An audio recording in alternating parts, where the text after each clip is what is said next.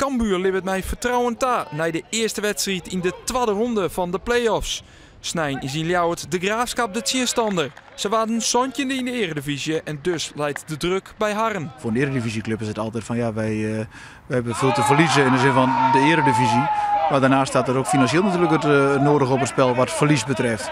Dus in dat opzicht is het meer voor ons ook mogen en graag willen. Ik had ook wel een aantal keren zien en ik liet ze voor scouten. Mijn zoon had een PKW, die kent het ik goed. En ik had ze zelf ouder aan de weekend als jongen. Het zit er gewoon goed op. Ik kwam heel degelijk en frivol voorin, snel. Ja, dat mag we goed uitschakelen. Dus het wordt gewoon een 50-50 wedstrijd. Positief voor Cambuur is dat Elsenier fit is en spelen kan. En wat ook helpt is dat de spelers die een warm welkom kregen na de overwinning in de eerste ronde tegen Almere City. Ja, ik vind dat mooi. Ja. Ik denk dat je als de supporters zo meeleven dat het je alleen maar extra motiveert om weer een ronde door te komen. En dan wordt het nog gekker, denk ik. Dus ik denk dat het alleen maar mooi is. Als je dat voelt, dan voel je ook dat mensen ook voelen van hé, er kan iets gebeuren. En als ze dat samen kan optrekken op die manier, ja, dan is het alleen maar mooi.